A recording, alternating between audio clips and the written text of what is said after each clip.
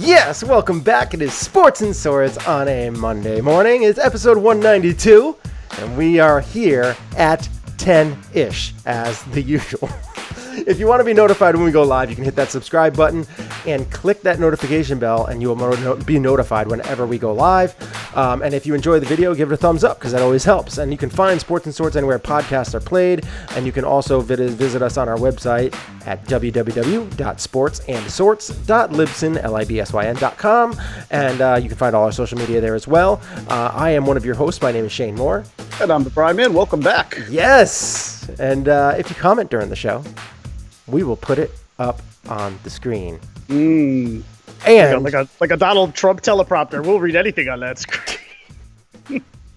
Airplanes, the Revolutionary War. We may even have you convinced that there were flying machines in 1776.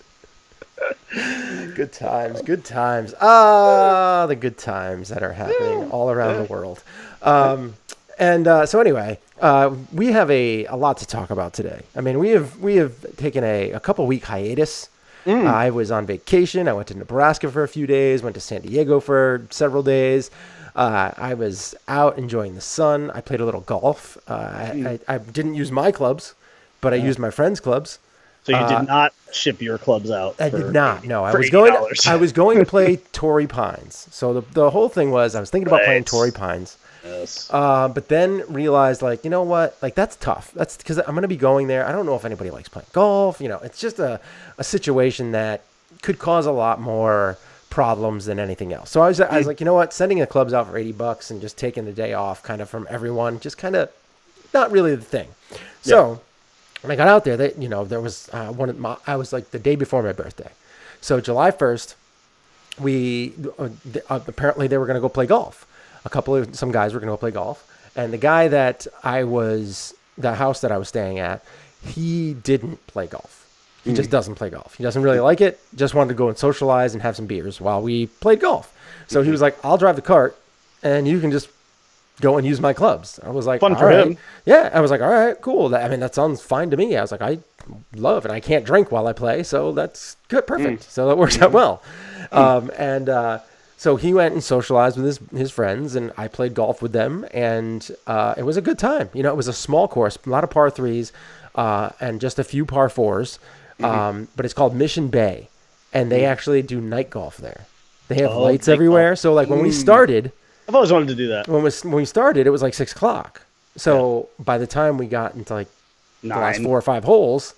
It was dark, and then by the time the last 2 holes came around, it was pitch black, and the lights were on, and you were still hitting. And it was like, this is pretty cool. Like and it was during the week, so like it's not like they normally play a bunch of night golf during the week. It's usually, I think, more of a weekend thing. But like the people that behind us, there was like 12 of them in one group of playing golf, and half of them didn't wear shoes, and it's just such a relaxed environment.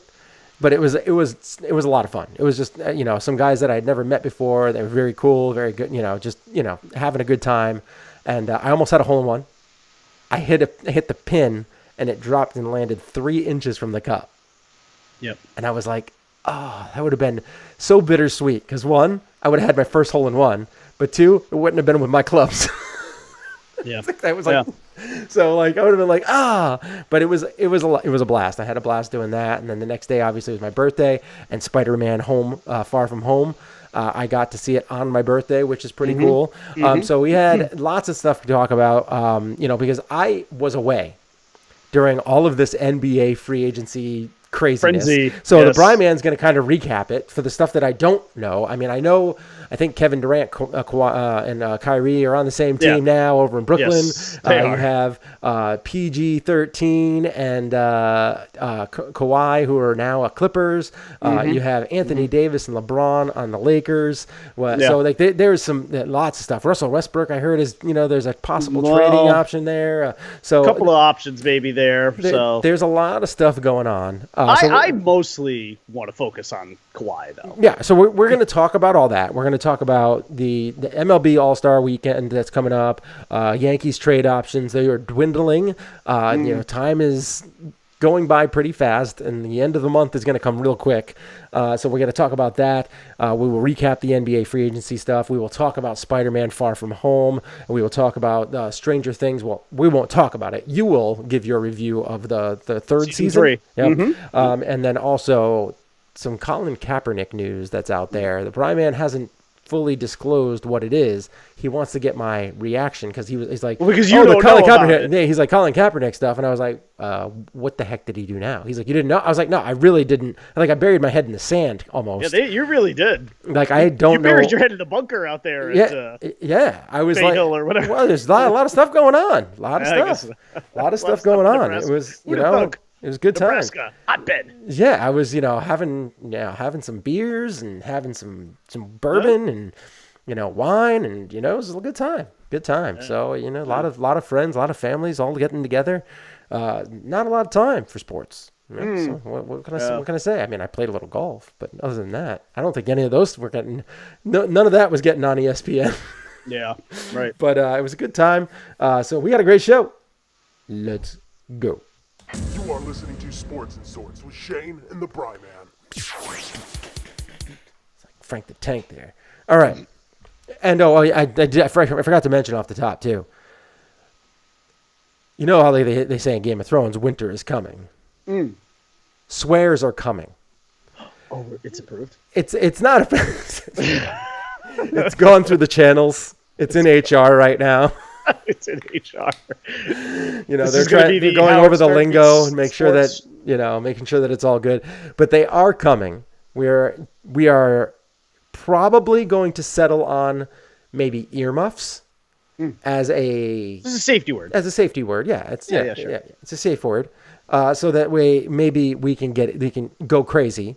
But it has to be for a certain time. And I'll have to come up with a clock that goes up on the screen. Oh, a swear clock. Yeah, a swear clock. So like this curse clock. Do you need time? Like, and when the 30 seconds is up or whatever it is, then you have to be like, am I done or am I not? And if you're saying no, I'm not done, then earmuffs again. Yeah. But you should. Maybe we can only be allowed 2 a show. I don't know, something like that. Then we can start borrowing from each other. It could be like so it'll be like you get a certain amount of mound visits for us. It's a certain amount of curse clocks. Yeah. Because obviously we have proven as a show that I cannot swear during a show. The Bry Man sometimes has a hard time with it. He gets very fired up. He wants to make this as cathartic as possible. Right. Sometimes you have to drop some choice words. So we'll see how that goes. We'll see how it goes. I want this show to be as much of a representation of my real life as humanly possible. And for that to be accurate, I must be allowed to curse from time to time. If Patriots fans were pizzas, they'd be cocksucker supremes. Yeah. And eventually we'll be able to take the bleep off of that. I can't. Oh. I can't. It's already, the audio file's done. So you don't have a clear, like a raw audio file? No. And I think it makes it funnier. Well, it does. It's sort of like a lost treasure now. Yeah, like he was doing his job. Like it makes it like it's it's funny. I think it's funnier that way. Anytime Tom Brady walks on the field, you are well within your right to throw a big floppy on that field.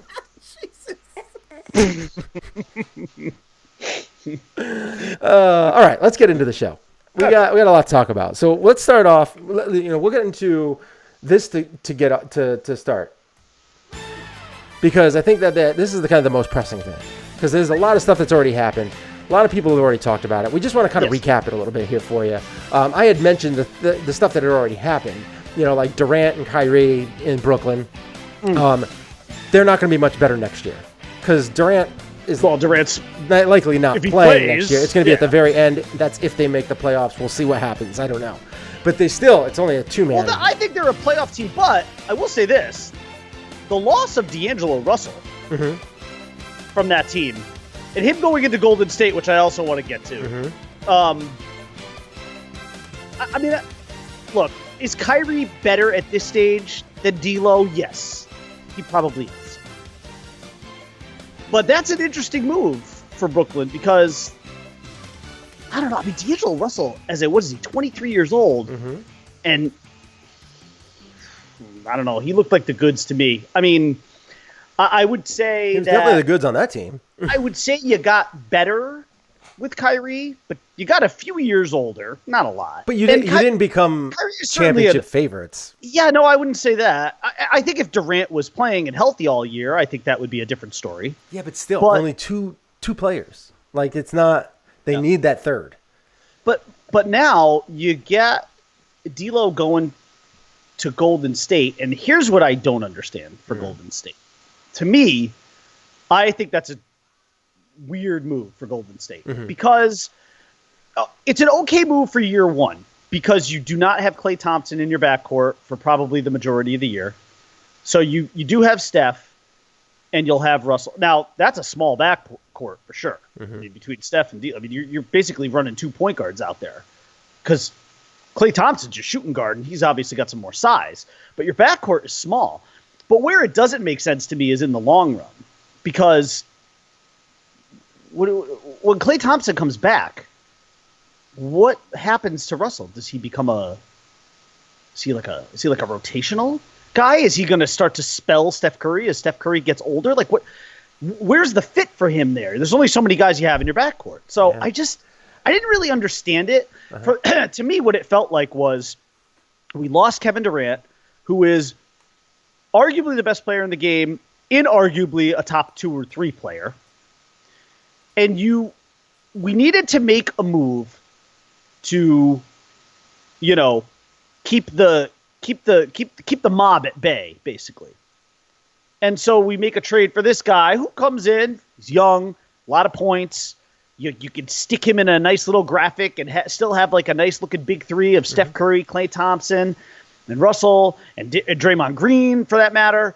And, it still seems like all is well in the land. But the truth is, there's really not a fit for this guy once Klay Thompson comes back. Right. And honestly, there's not really a great fit for him even without Klay Thompson because you have a really small backcourt. I don't really think I can harp on that enough. It's an embarrassment of point guard riches, but it's not a great backcourt. Yeah. And when Klay Thompson does come back, you've got one too many guys for 2 slots. Yeah. Well, I mean, I guess the only thing that I can think of is that they're just going to take Klay and make him a 3 and then make Steph a 2 and then make D'Angelo. But you could really do it either way with D'Angelo Russell or Steph Curry. But you could just be trying to really force the ball up the court with having that many kind of point guards.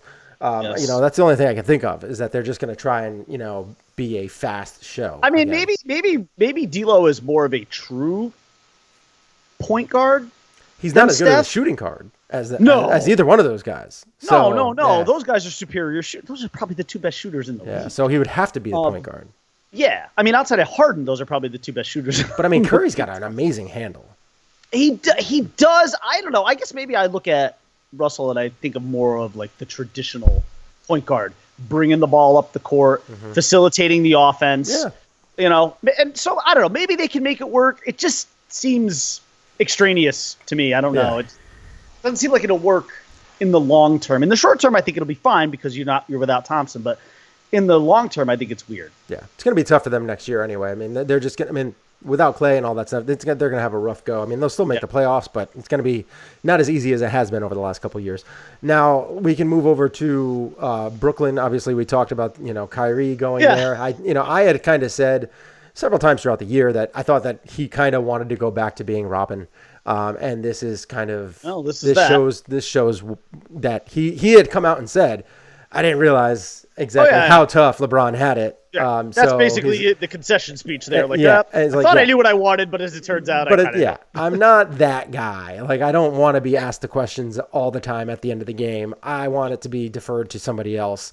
And obviously Durant is Durant, and they're gonna have a very good team. I don't know. Like I said, you don't know with setbacks and age and all that kind of stuff if Durant's gonna be able to play next year, but he's gonna come back at some point. And then they're going to be very good. I think you just got to hope that Kyrie can stay healthy with his knees and stuff. So right, and the question with Durant is, how will he come back completely from an ACL? Because you're talking about a guy who's in his early 30s now too. Yeah. So It's a tough injury. I think you need to expect him to some extent, and if you don't, I think you're setting yourself up for trouble. But you need to accept the fact that he's probably going to be, which is still fine, if he's 90% of the player that he was, because 90% of Kevin Durant is still better than almost 100% of everybody else. So yeah, it's still a top 5 player in the league. So because so maybe instead of dropping 30 on you, he drops 27. Yeah. I don't know. He's still going to be great. I mean, he's still going to be a really hard. The shot isn't going to be any worse. No, the shot. He just might not be able to take to the rack as much. Like exactly. I don't know. Exactly, but he's got such an incredible mid-range jumper, and it can shoot threes. So Dirk Nowitzki proved over the course of his career, you don't need to learn. You don't have to jump when you're 7 feet tall. Yeah. You can still rain buckets. Right? Yeah. I mean, Nowitzki probably could have played another year if he wanted. Yeah. He probably would have if the league didn't strangely sort of force him out, because he never actually announced that he was retiring. It was just sort of like this. Well, Dirk's gone. This is his last year. Yeah. Oh, it is. Okay, I guess I'll take my farewell tour. Right, thanks. But I think it's here's what I will say about the Brooklyn move, though. It just reaffirmed, I think, everything that I think we know about the Knicks, which is that they can't get it done. And look, you can say this. And here's the problem, though. You can say this till you're blue in the face that James Dolan needs to sell that team. But my counter argument to that is you can criticize everybody you ever want, but you can criticize the owner, but you can't do anything about the owner. Mm-hmm. The owner's the owner.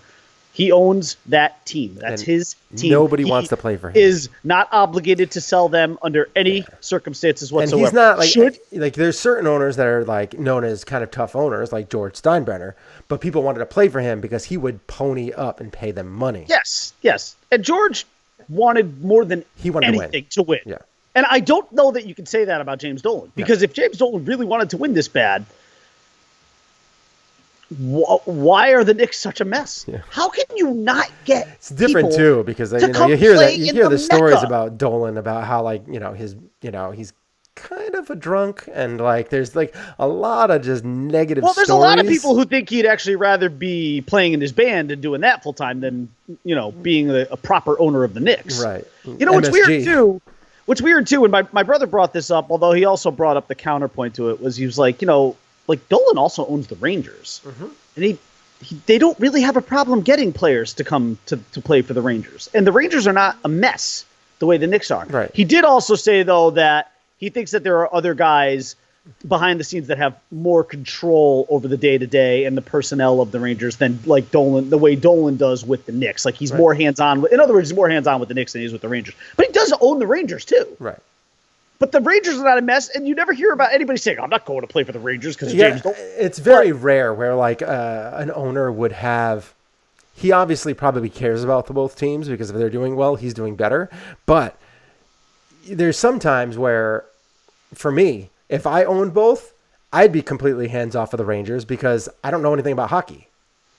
You know what I mean? I would, you need this guy to make this work? Yeah. Okay, I'll sign the check. Here you go. And then as long as they're making it work, I'm fine and I'm completely hands off. But then if it comes to basketball, I'd be like, ooh, I know what I know about basketball, and I might be a little bit more hands on. I don't think I'd be doing the things that he does.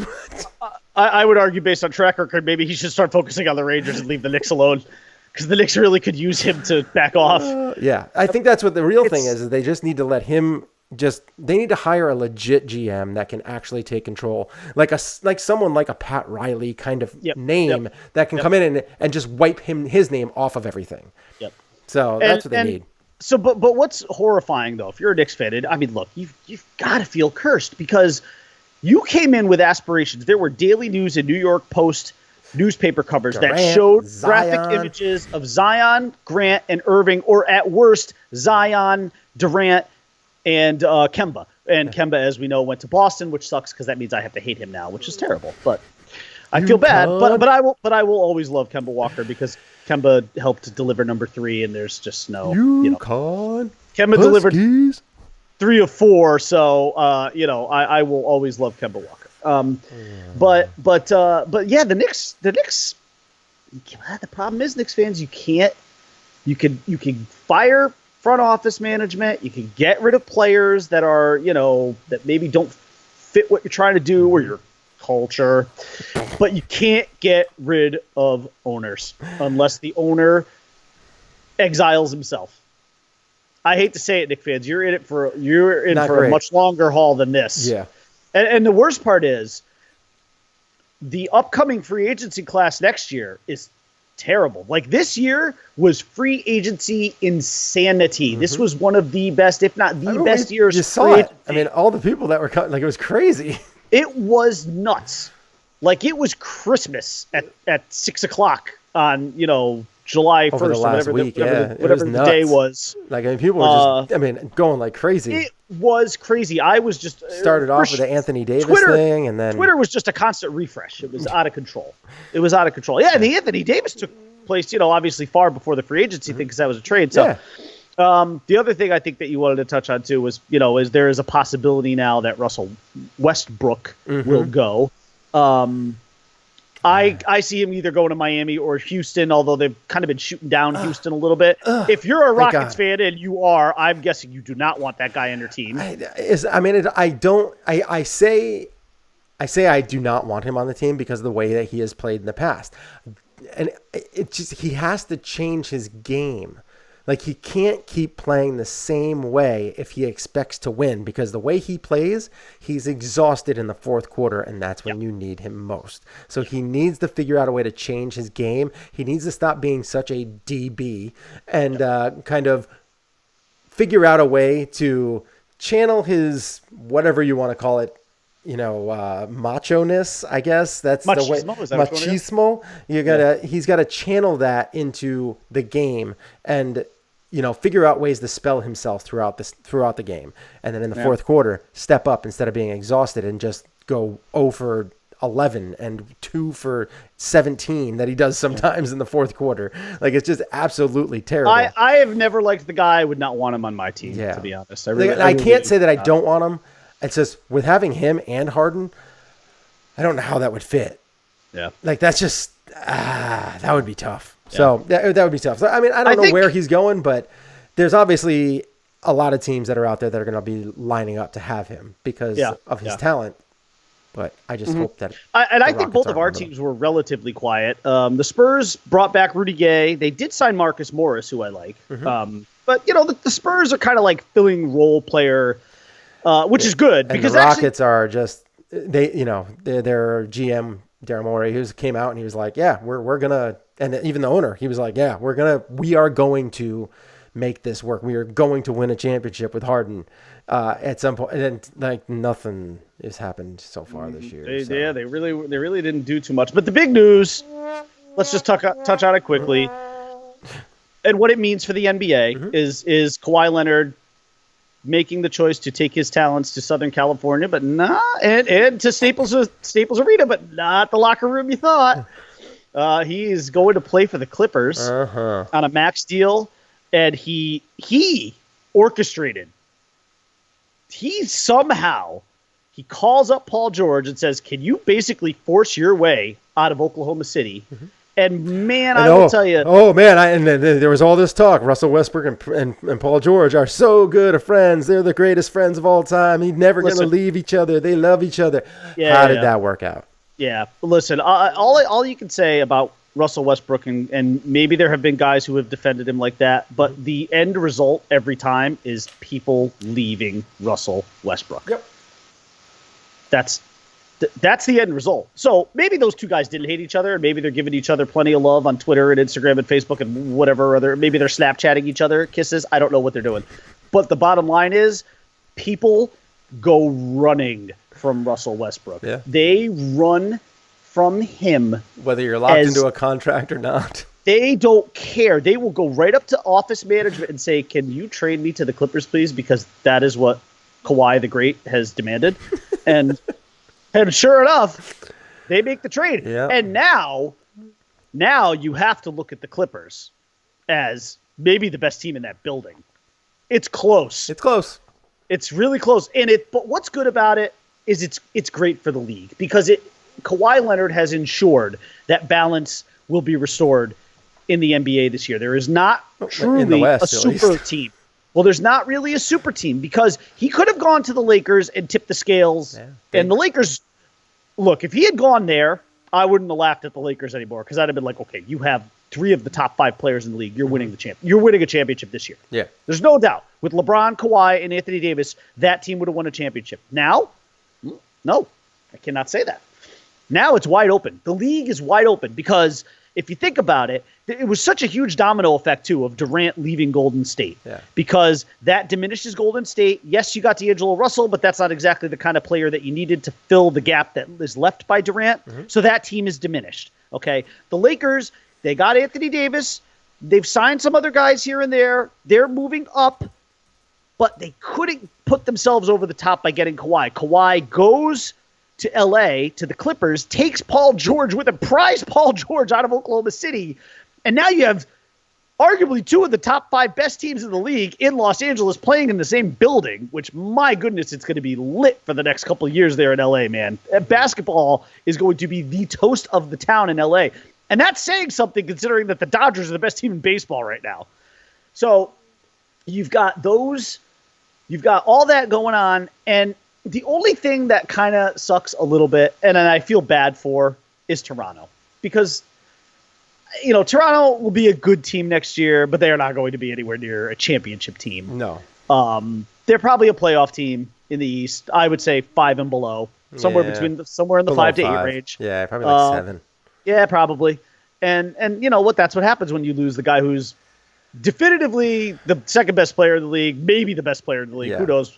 All we know about Kawhi Leonard is that he's now won 2 championships, 2 NBA Finals MVPs on 2 different teams, one in the West, one in the East. The guy is an absolute beast. Yes. He's a beast. And I feel not vindicated, but I mean, I've said for years on this show that I always believed Kawhi was the second best player in the league easily. And then he went and he really did prove it. Yeah. He really did prove it. And now he's actually in the discussion for best. But I'm glad he didn't go to the Lakers. I didn't want him to go to the Lakers. I didn't want him to side with LeBron. I wanted him to kind of forge his own way. And now let's see what he can do. Can he win a championship with the Clippers now? That's the big question. I'll tell you.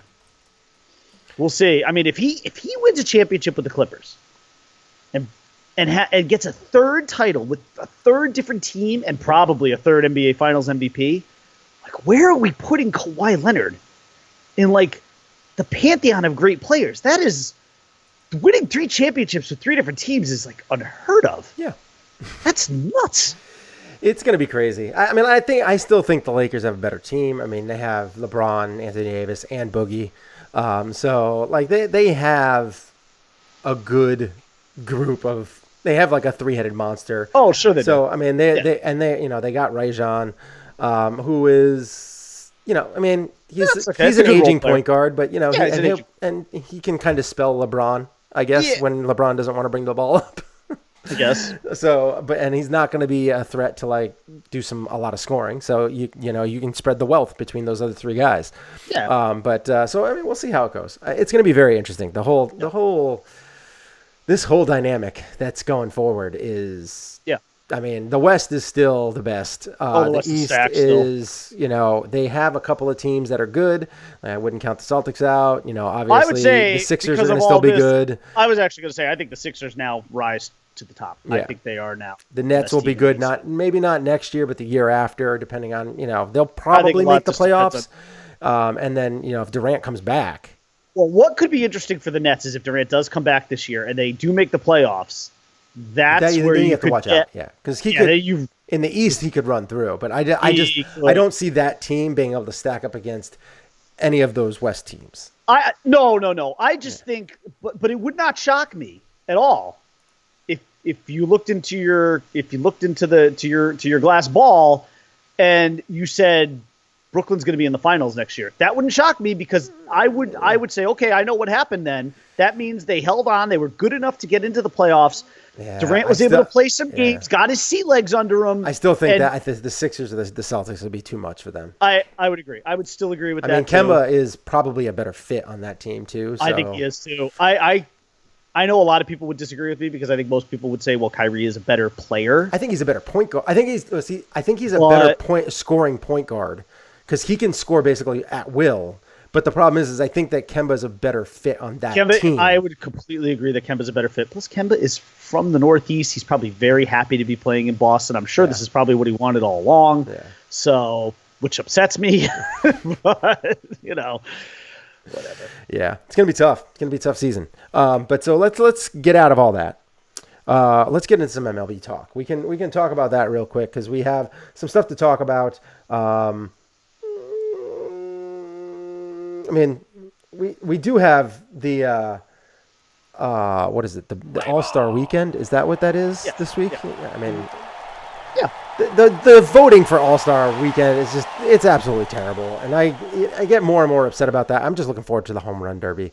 That's become like the most fun thing to watch. So that is something I'm really looking forward to. The All-Star Game is just the way that it goes, and the voting goes, and the people that get voted on and that don't get voted on, and it's just ugh. I don't like the fans voting. I hate it. It just drives me crazy. So I don't even want to talk about the All-Star Game really. But Home Run Derby should be fun. Was that going to be on Wednesday or Thursday? Tuesday, Monday, Wednesday, Tuesday? It's actually Tuesday. Tuesday? No, wait. Actually, is that tonight? Because isn't the game tomorrow? It's the game was Tuesday? Tomorrow. No. Maybe I'm wrong. I'll Maybe pull it up. Okay. All-Star Game. Tuesday. It is Tuesday. So the Derby's it's tonight? Yeah, the Derby's tonight. Yeah, wow. That's what I thought. Isn't it usually on a Wednesday? Doesn't the All-Star Game usually get played on Wednesday? And then they have like Monday to take off, Tuesday to take off, Tuesday for the Home Run Derby, Wednesday that, and then they come back on like Friday or Saturday? They come back Friday. Yeah. So Thursday's an off day. So actually, Wednesday, Thursday would be an off day. They're getting 2 days. Yeah, that doesn't make sense. It just doesn't they make usually sense. they get one off day because I think unless they come back, do they come back Thursday? I don't know. I didn't think so. I thought they came back Friday for like a Friday, Saturday, Sunday series. Huh. Are we sure we're reading this correctly here? It said All-Star Game to Tuesday. But I'm gonna pull up the Yankees schedule real quick. Okay. Something that I have not been paying attention to much either is the Yankees because they have Wednesday and Thursday off. Come back Friday. Wow. Okay, that's good for some of the Yankees. They needed a break. There was a lot of the Yankees really were playing a lot of games there. All that travel to London. Oh, and then they come back and play 1, 2, 3, 4, 5, 6, 7, 8, 9, 10, 11, 12, 13, 14, 15, 16. Oh yeah, they got a lot. They got 17 games in a row. Yeah, they've got a big homestand too. 10 straight. I think you got. And then they go. Then they play the Twins in Minnesota, and then they play the Red Sox in Fenway. Yeah, it's a tough. The schedule starts to get tough. That's like 17 in a row. Woo, they're going to be tired. Yeah, they're going to need. They're going to need. Man, they need to get some reinforcements back too, man. I can't tell you how badly this bullpen needs Dylan Betances. They really.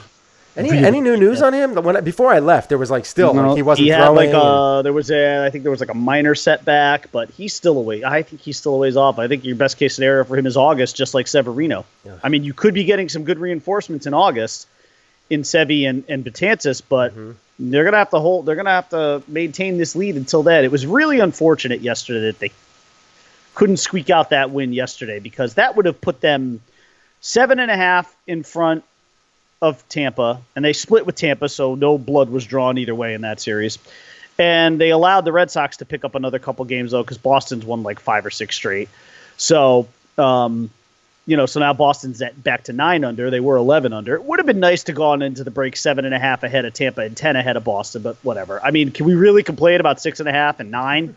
It's kind of hard to. That's a heck of a first half that the Yankees put up. Yeah. I still think, even with that, I still believe they have the overall second best record in baseball behind the Dodgers. So, I mean, it's kind of hard. Yeah, I mean, actually, the Dodgers lost last night, too. The Dodgers have lost 3 in a row.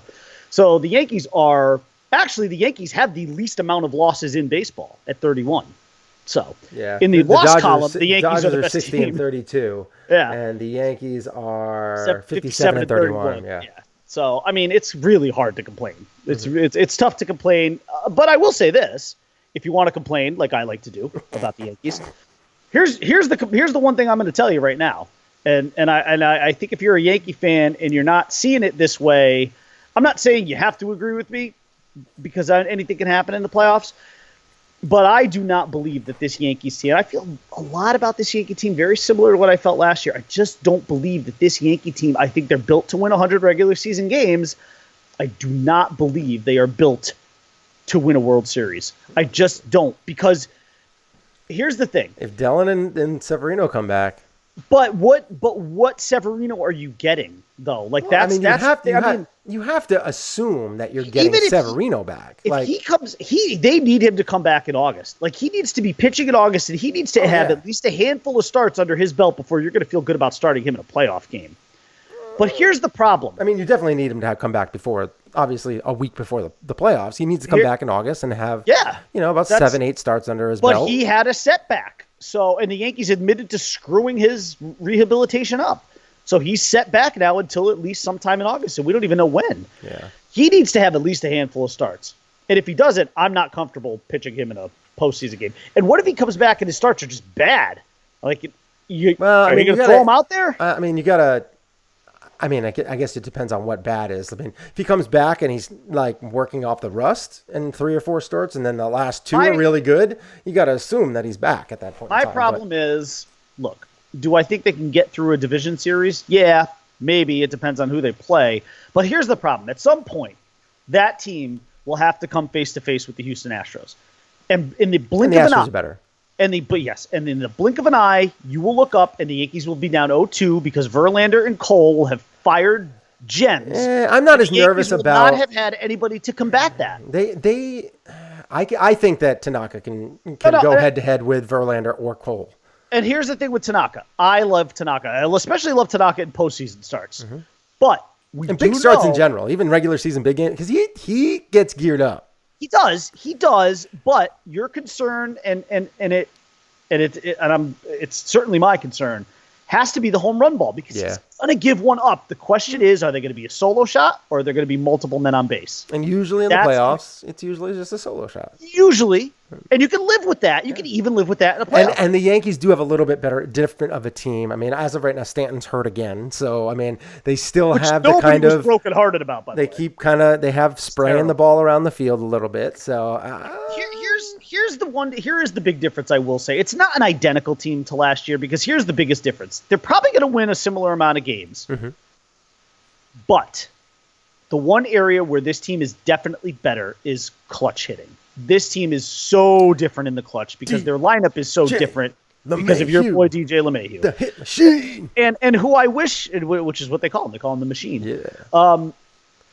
I wish we lived just for 1 year. I just wish we lived in a world without Mike Trout so that DJ LeMahieu could win an MVP.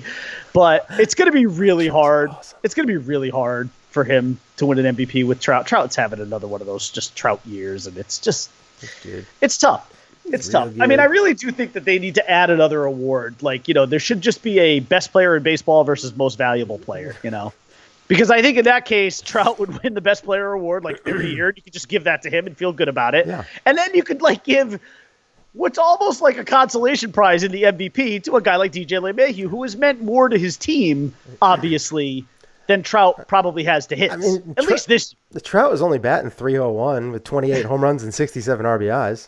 8 stolen bases. What's his on-base percentage? I mean, it's just everything's off the charts with him. It's just outrageous. His WAR is probably already around 5. Who the hell knows? I can't even imagine at this point. His on-base percentage is terrible. It's horrible. He's only getting on base 45% of the time. I was gonna say, was it 455 or something? 453. 453. That's 7% lower than last year. What a disappointment. His OPS is only 1.098. Does anybody even have an OPS over 1 other than him? I'm sure there's a couple people out there. But the last 3, this is actually his highest OPS in his career. God, it's ridiculous. He's unreal. I mean, he's unbelievable. It's almost, you know what, though? Maybe he's walked more than he struck out. But I would be okay.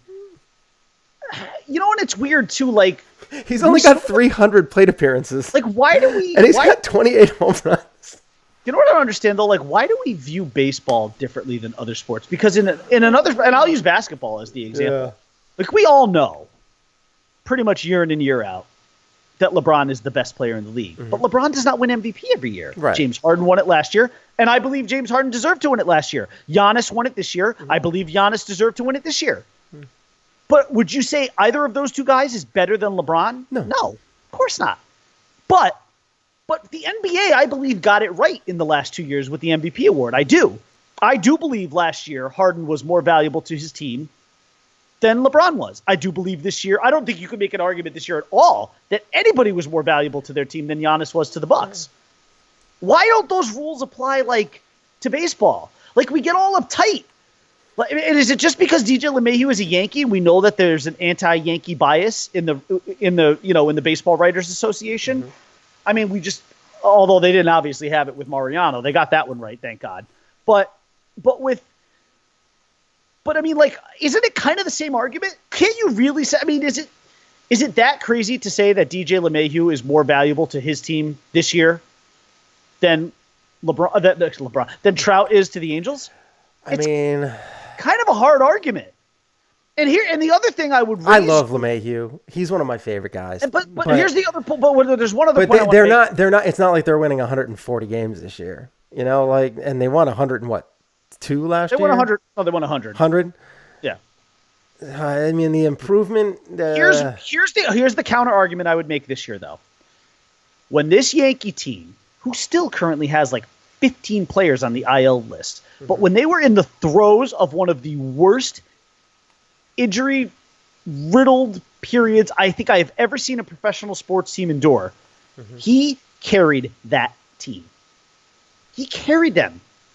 I mean, look at his numbers. They're off the charts for him. They're really off the charts. I mean, this is not his usual production. I mean, he's always been a good hitter, but this is like what he did when that team had like 22 guys on the IL was insane. And look, I'm not arguing who the best player in baseball is. We know it's Mike Trout, and it's Mike Trout by a mile, and it's been Mike Trout for the last handful of years. But Mike Trout's WAR on Baseball Reference is 5.9 already.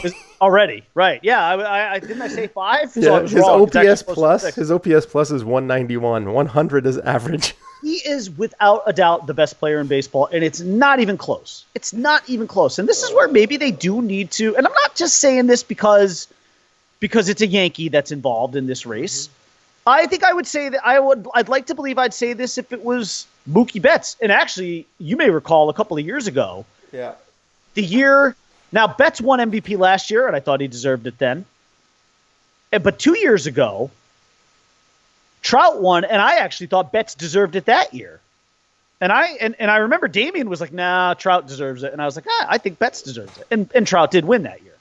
And then last year, Betts won, and I think did Trout come second? I don't even remember last year's voting. But I know Betts won last year. I thought Betts deserved it last year. Yeah, he came in second last year. So it says here that he came in fourth in 2017. Who? Trout. Did Trout win? I thought Trout won in 17. He won in 2014 and 2016. Oh, so maybe it was 2016. And was Betts second in 2016? That I don't know. Hold on.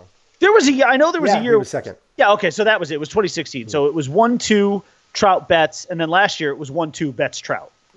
So, but look, I think LeMahieu has just been a little bit more valuable to his team than now. The Angels are definitely since the very tragic passing of Tyler Skaggs, which is just the Angels are between that and Nick Adenhart 10 years ago. Wow. Tragedy has found that team in the worst way. But the Angels have actually responded very well to that. I think they've run off a number of wins, and they are really dedicating their season to Skaggs now.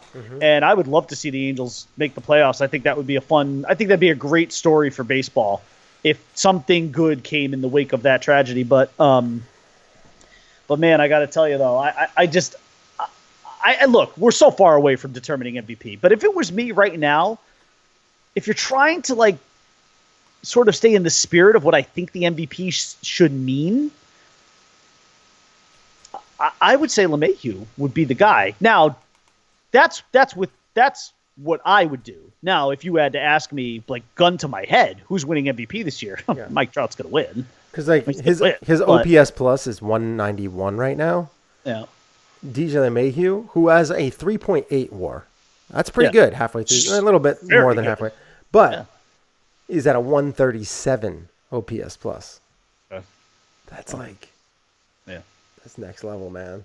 Yeah. I mean, that is His on-base percentage is .383 this year, which is good, really good. That's good. Mike Trout's getting on no. 77. If you're going by the numbers, you can't. The numbers will tilt heavily in favor of Trout. I mean, he's leading the league in batting average. He could win a batting title this year, which is cool. He could. Yep. Anyways, let's just very quickly though on the trade route. So getting back to my point though, I believe this team is built for 100 regular season wins, but I believe that I think they need a starting pitcher. But here's the problem: who are you going to get that's really going to move the needle for you? To me, there are only two guys who could truly move the needle. One is Mad Bum, the other is Mad Max. I don't think at this point, I'm not sure that either of them are now available anymore. The Giants are, I think, within 5 or 6 of a wild card spot, and the Nationals are right there. Actually, if I'm not mistaken, I think the Nationals own one of the wild card spots. Or they're very close. They are not trading Mad Max. Right. Not to mention the fact that that would have to be a very creative trade too on a number of levels. One, you're going to have to sell your farm to get him. Two, the team that's getting him is going to have to somehow be able to handle that deferred money and that hideous contract that the Nationals gave him. It's a big mess. It's a big cluster. That whole thing is a cluster. Yeah, and as of right now, and it's compounded by the fact that Mad Max is one of the best pitchers of baseball. It would require a massive haul to get him. And there is still some team control left with him too, which makes it even more, really just throw your minor league system at the Nationals because that's what it's going to take to get him. Yeah. But they're not going to trade him. They can't trade him. They're in a race. They're in a wild card race. Yeah. They're in the wild card race. And with a guy like that on your team in Strasburg, there's a lot of people in that though. You're talking Nationals, Phillies, Cubs, Brewers, Cardinals, Pirates. It is Dodgers. Dodgers are running away with in their division, but then they have the Diamondbacks and the Padres and the Rockies and they're. But the Giants are really not that close. The Giants are 17 games out of first, and they are 3 games behind out of fourth in their division. They're not. They're like what 6 in the wild card. So yes, they are clearly. They're clearly on the outside looking in. The Nationals are right there. Yeah. They're second in their division. They put on a good winning streak, and they could come close to first. The Giants. Yeah, look, I just don't. I don't know. I'm still hoping against hope that the Yankees can pry him from them. But my other concern too is he just if the Yankees are going to trade a lot for him. Let's say Clint Frazier and maybe Davy Garcia, who I'm sure is probably not a name that Yankee fans want to be throwing around right now because Davy Garcia looks like he might be a stud pitcher. But the only way I'm making a trade like that is if you get an extension window and you can negotiate a window with Mad Bum to sign a 4 or 5 year extension. As of right now, I think so. I just looked at the wild card standings. Yeah, there's only 2 teams that are below the Giants. In the wild card, and that's the Mets and the Marlins. Yeah. Okay. That's it.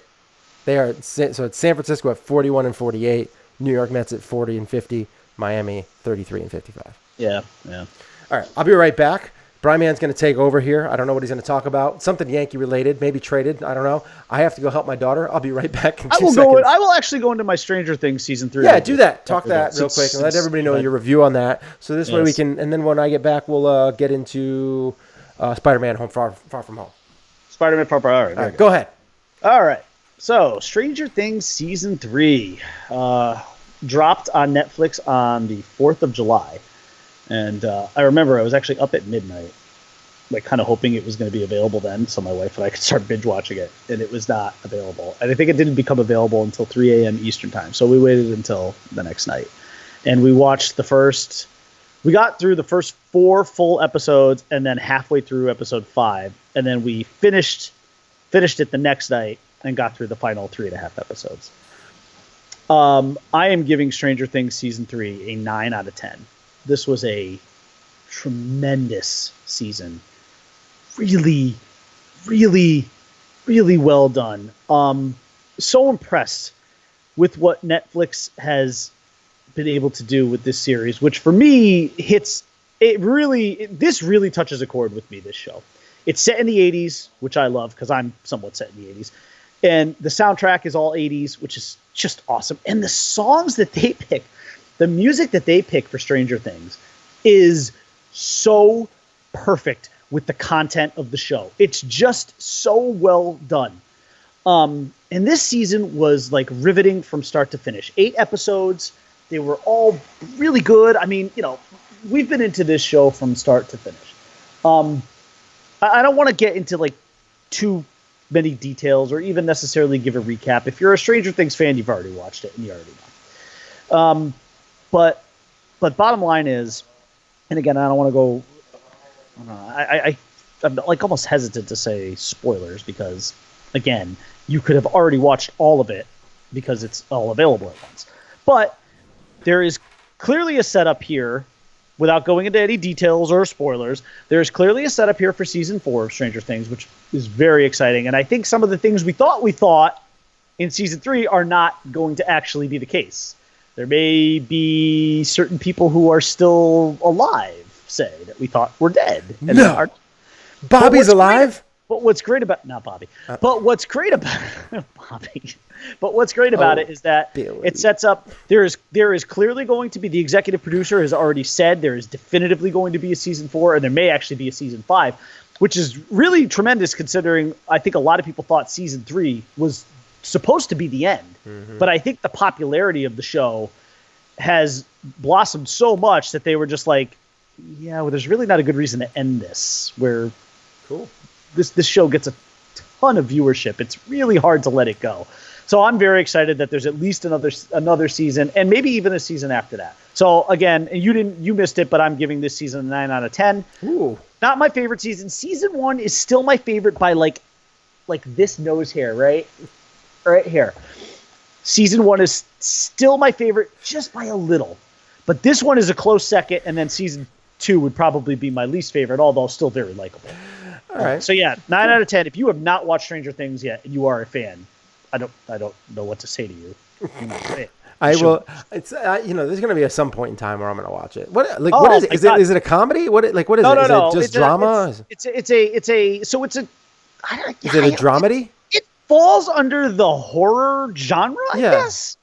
Which is not my thing. I would call it, yeah, but it's light. It's light though. It's not like, this isn't like gore kind of thing. But it's set in the 80s with tremendous music, great cultural 80s icon references. I mean, like if you love the 80s like I do, it's completely a show that you love. And actually that's how somebody sold it to me, because they were like, I forgot who told me, but they're like, you love the 80s.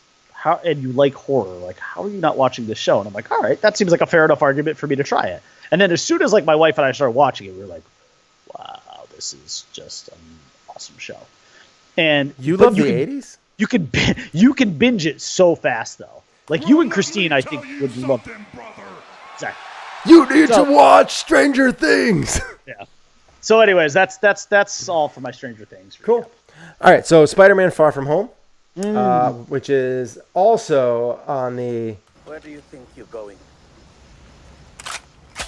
I'm going to sort it out.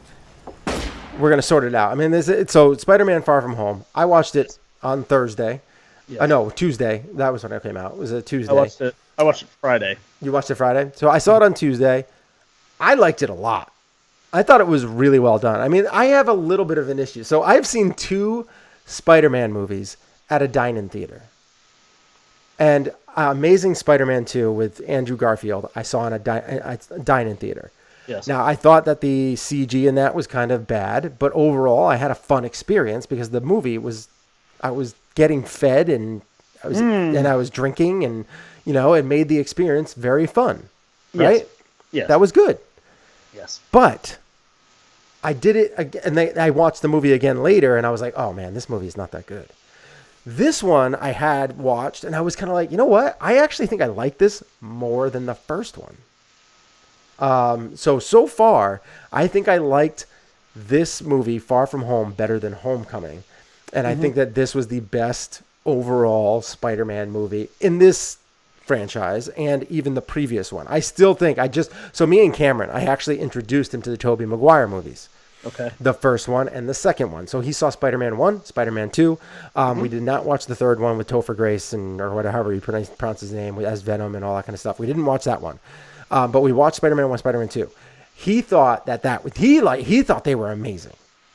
You know, and this is somebody who hasn't seen The Amazing Spider-Man with Andrew Garfield, but he has seen Spider-Man Homecoming and Spider-Man Far From Home, which he still thinks he likes Tom Holland better, but I think he thinks the movies might be better in the original Spider-Man. The way that he was kind of talking about it, I kind of got the feeling that he thought that those movies were better, but Tom Holland is a better Spider-Man, and I actually couldn't agree more with him. I think that Tom Holland is kind of the perfect Spider-Man. He just fits the mold very well. But I did like this second movie, and I thought Jake Gyllenhaal as Mysterio was great. I think that the twist that they put on it was awesome. Just the overall story of him kind of being trying to keep his secret identity and all that kind of stuff. Yeah. And, having to fight with that and his kind of relationship with MJ. And I think it was all really well done. Really well done. I loved the little kind of side story between his friend and Gwen Stacy. That was hilarious. Like, that made me laugh pretty much throughout the whole movie. And I love Angourie Rice. I think she's amazing. I think that's how you pronounce her name. I'm not 100% sure, but I think she's amazing. She was in The Other Guys as the daughter of Ryan Gosling's daughter. Yes. And she was awesome in that too. So I think she is just a superstar, and I hope they do something more with her character in that franchise going forward. Yes. And overall, it was just a fun movie. I had a blast watching it. Loved the after credit scenes because there was two. They both are something that need to be watched. These are not like throwaways. So overall, really enjoyed the movie. I'd probably give it an 8 out of 10. I went 8.5 out of 10. Yeah. I think I gave Homecoming an 8 out of 10 as well. But I do think this movie was better. I think this one was better. I enjoyed it more. Yeah. Both of my kids, I think, said they enjoyed it more. The girls, anyways. Obviously, Lex is nowhere near ready, but movie theater ready yet. But the girls definitely loved it. They did mention to me, I think, both that they liked it better than Homecoming, and everybody universally loved Homecoming. Yeah. I mean, it's a good movie. Yeah. This I just think was next level. I loved Jake Gyllenhaal as Mysterio. I just thought that was a great character.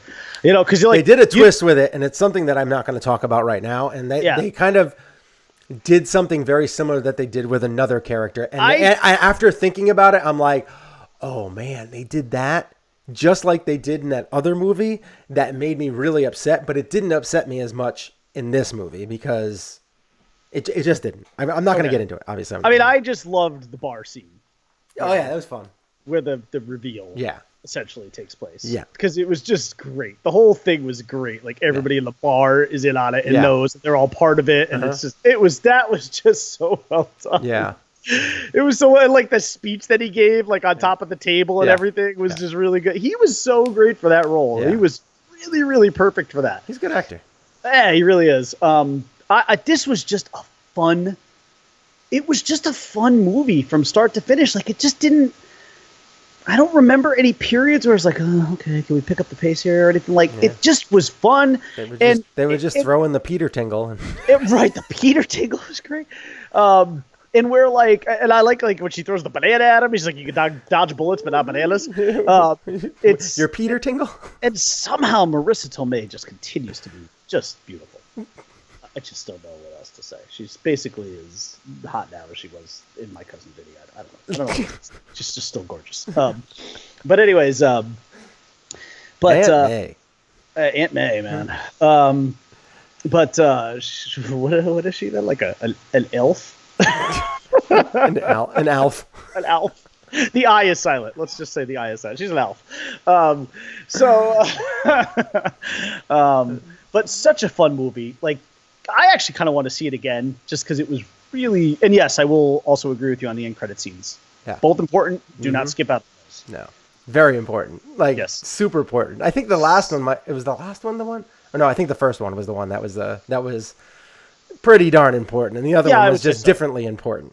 Yes. Yeah. But I would say just make sure you stick to the very end. Yes. But good, really, really good, really enjoyable, lots of fun. I could not have enjoyed it more, and I'm very excited for the next chapter too, because I think we've got at least what? Would you say there's at least 2 more?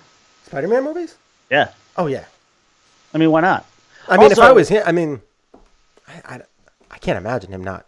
I mean, they might not have 2 more Spider-Man movies. They might. But they're gonna at least have 1 more, and he's just gonna be in a crap load of them. Yeah. Oh God. Yeah. Like all he's going to play this role. He may end up playing this role. Who knows? Maybe more than Robert Downey Jr. played Tony Stark. I don't know. I mean, who knows? That'd be tough because Robert Downey Jr. was in everything. It was in like in almost everything, including the last Spider-Man movie. So yes, it would be tough, but I could see it. I could see him. He'll be number 2 at worst, I would say. Although Cap was in quite a few. Captain was in a lot too. Yeah, it'll be tough, but I don't know. And Thor is still going strong. Yeah, Thor's still. That's true. He's going to be part of the He's part of the Guardians universe now. Yeah. So the Asgardians of the galaxy. Yeah. So. I can't wait to see what they're going to do with like the Defenders and all that kind of stuff. That's going to be a lot of fun. It's gonna be a lot of fun. Yeah. And I was actually just looking at well set up. I was just looking at all the DCEU stuff that's going on too. Yeah. Man, they are ramping up. Like they've already they've been writing the Black Adam movie. Yeah, and like they're doing all sorts of stuff. Which I think the Rock is in the Black Adam. Right? Yeah. So like is he the Black Adam? Yeah. Yeah. Okay. That's right. So and like because Shazam did so well, so that's why they're moving forward with that. But like, and I guess I can't remember if I read it or watched it, but Henry Cavill is not out as Superman. No, he's not out. He is. They were. The whole thing came out because he wasn't able to do the end credit scene in Shazam. Yes, right. And there was contract disputes. Right. And so therefore they thought he was out, but apparently he's not out and he might still be in.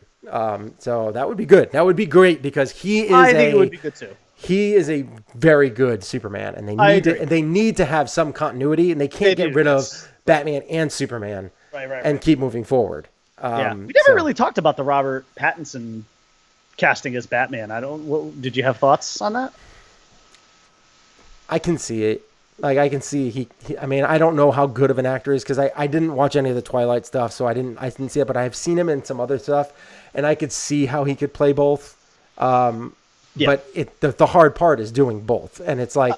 I think he can play Bruce Wayne probably really well. I just don't know how well he'll play Batman because you need to be kind of menacing under that cowl. So it's going to be tough. I'm hopeful. So I'm hoping that everything goes together because, like, I guess they're doing stuff like in a new Suicide Squad reiteration with James Gunn, and then they have they have the and actually Will Smith is not Deadshot. Birds of Prey with Harley Quinn, yep. And then you have like which could be a more of an R-rated film, and like they're going to be going all over the place. Like the Joker might be an R-rated film, and like all this kind of stuff. But then you've got the Joker movie that's outside of the DCU. Right, that's what I mean. That Joker, one, that could be R-rated, and he said they actually said they might definitely R-rated. They might move, so that Joker might end up tying in to the newer Batman. Oh, okay. They said they haven't officially ruled it out, but as of right now, it is a standalone, and they might tie it in. Like I was like, so does that mean Jared Leto? They're getting rid of him? Yeah, I was gonna say, like, or maybe Jared Leto wasn't the real Joker. Like I don't know. Like I don't know what they're doing here. I have no idea. So yeah, that's where I thought this could be an issue with this Joaquin Phoenix version. As great as that movie looks, and it does look good. It's so confusing. It is confusing, and you're confusing a lot of And this is the part regular fans. This is the problem that DC has, because they've never had the Kevin Feige continuity up top that Marvel has had. It's a top down thing. You know what I found out? Mastered it. Kevin Feige was actually a producer on the original Spider-Mans. Oh, was with Tobey Maguire. Oh, that's why those movies are so good. He's just been a part of like all this good stuff. Yeah, he has. I just had to throw that out there. I think before we wrap, I think we should save. Maybe we could do it this Friday if we do a show this Friday or whenever our next show is. We should so save. Keep my head in the sand a little bit more. Yeah, keep your head in the sand a little. Well, no, I don't care. I mean, if you want, obviously, at some point you might as well look up the Colin Kaepernick stuff. Okay. But I'd like to have a discussion about it. I would, because I think it's nothing that I want to rush through, because I think there's a worthwhile conversation here that extends beyond sports. I think it's really a sorts kind of thing. So actually, I wouldn't necessarily mind if you looked it up and educated yourself and saw what was going on, and and then we can maybe have a good, because I'm curious as to where you're coming from, where you would come from on this whole thing. All right. So maybe I'll check it out. I'll make sure I get my son back from his soccer camp. I'll make sure I wear this same hat on that discussion too, since this is the symbol that is playing so heavily into everything. Really? You might argue that the hat I'm wearing is like now the new symbol of racism in America. So, I mean, it depends on your perspective. Obviously, you know me. I think you know I'm not a racist person, but on that note, Colin Kaepernick has identified this as a symbol of racism. Weird. Okay. So, and I feel very strongly in the other way about it. So. Colin Kaepernick, man, he's causing so many issues for someone who's just like an okay player. For a guy who's at best a backup quarterback in the NFL. I mean, that's fine. You can use your fame and stuff like that to do other things and do things that are great. But it's just so confused. It's just like there's no end game for him. Like, I don't understand what he's trying to do and what he's trying to accomplish, and I'm not sure he does. So it's very interesting. I mean, if he's just trying to point out like race and how it's divided and so, and yeah, it is still divided, and it sucks. But I'll give you a preview. I will give you a preview of what my argument would be. Is that if the Betsy Ross flag, the 13 circular stars, is now a symbol of that flag, which was is identified as our nation's first flag. If that flag is now a symbol of racism, then I will have to argue that basically every American flag that since and currently is also a symbol of racism. So where do we begin to draw the line with the flag? There are certain flags, like the Confederate flag, which are absolutely a symbol of racism. It's not even up for debate. That is not up for debate. We're all evolved and woke enough to understand that the Confederate flag is a symbol of racism, without a doubt. However, I definitely draw the line when it comes to the Betsy Ross flag, when it comes to the flag that I am flying on my flagpole right now, which is the Bennington flag, which for those of you who are not Revolutionary War nerds like me, the Bennington flag is this flag that has the 76 written in it with the stars that arc over it. That is the Bennington flag. It was a very, it's from the Bennington battle. It's basically one of our, it's considered one of our, greatest, battle flags, really. It was really probably the most prominent one in terms of sort of the identifiability of the Revolutionary War. I mean, a lot of people think that the Betsy Ross flag actually is, but the Betsy Ross flag is actually identified as our nation's first flag and was really more prominently flown after the war. What about the flag with the B-52 bombers on them? The Revolutionary one. Yeah, they didn't make it. The Skyhawks? No, there were no Skyhawks. No. Wasn't that a Buick car, the Skyhawk? Buick Skyhawk? I think it was. I think it was Skylark. It was Skylark. Right. But anyways, so we can get into that more in the next show because I think there's an interesting conversation. I loved it. I loved it when, even when George Washington crossed the Delaware in Delta. On his ski. He got such a good deal on that Delta ticket. Jet ski? On his G6. He crossed it on a jet ski. He was flying in style. What are you talking about? He goes on a jet ski. It's something. Yeah.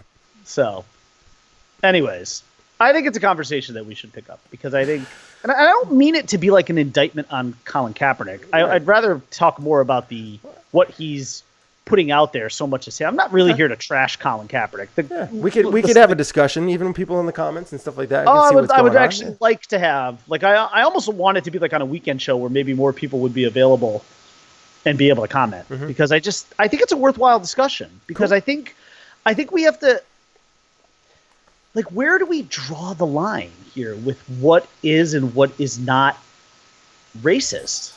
Yeah. It's tough. It's so tough. It's just it's like new news coming out every day about what is and what isn't good or bad. Like everybody has different feelings on it. That's the thing, is that everybody has different feelings on it. Yes, and some people are just very impressionable. And when Colin Kaepernick says something like that, they just adopt it. And it's you gotta kind of see what's going on in your inside. The problem, right? And I think there has to be a level of like live and let live here too. Like if you want to look, if you do view this symbol as a symbol of racism, okay, that's fine. I can't change your mind on it. Right. But but you can talk to somebody about it and be like, oh, okay, so this is what it means to you. Yeah. And like, so you would say something totally different. Like, I feel like it means this, this, this, and this. Whereas somebody yeah. But I do think it's getting ridiculous though, because I think now we're kind of like making this up as we go along here.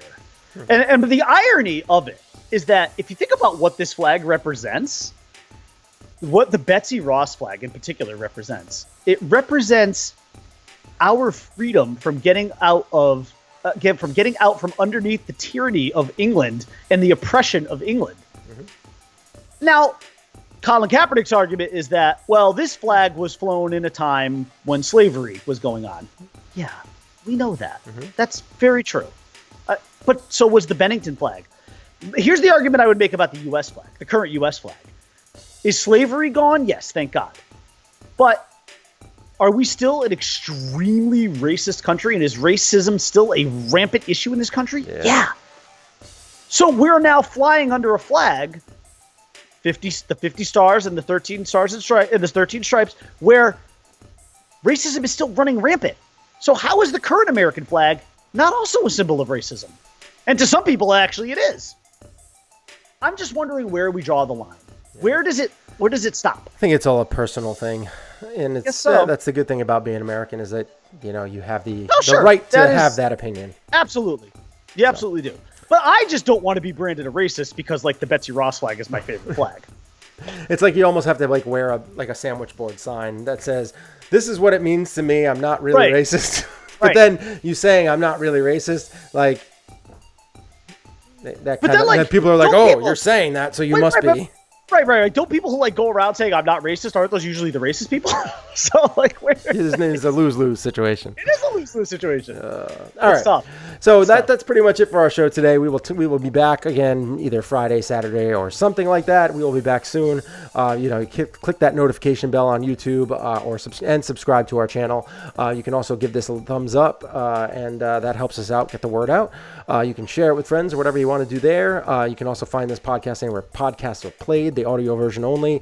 That is, like I said, anywhere podcasts are played, but you can also find it on our website, which is www.sportsandsorts.libsyn.com. And my name is Shane Moore, and you can find me on Twitter at EinhornIsFinkel. I'm the Brian Man. You can find me on Twitter at _Brian_Man. And we haven't said this in a while because we've been off for 2 weeks, but we've come to the end of our program. And in the words of the great Tony Stark, part of the journey is the end. So we will see you maybe Friday, maybe Saturday. Who knows? You know, one thing. This is America. Yes, it is. That's America's ass. That really is. That really is America's ass. Yeah. On that note, we will see you on Friday-ish, 10-ish. We will see you guys. Such a good tune. Yes, it is. Peace out. Stay Much classy. Love. Bye. Bye.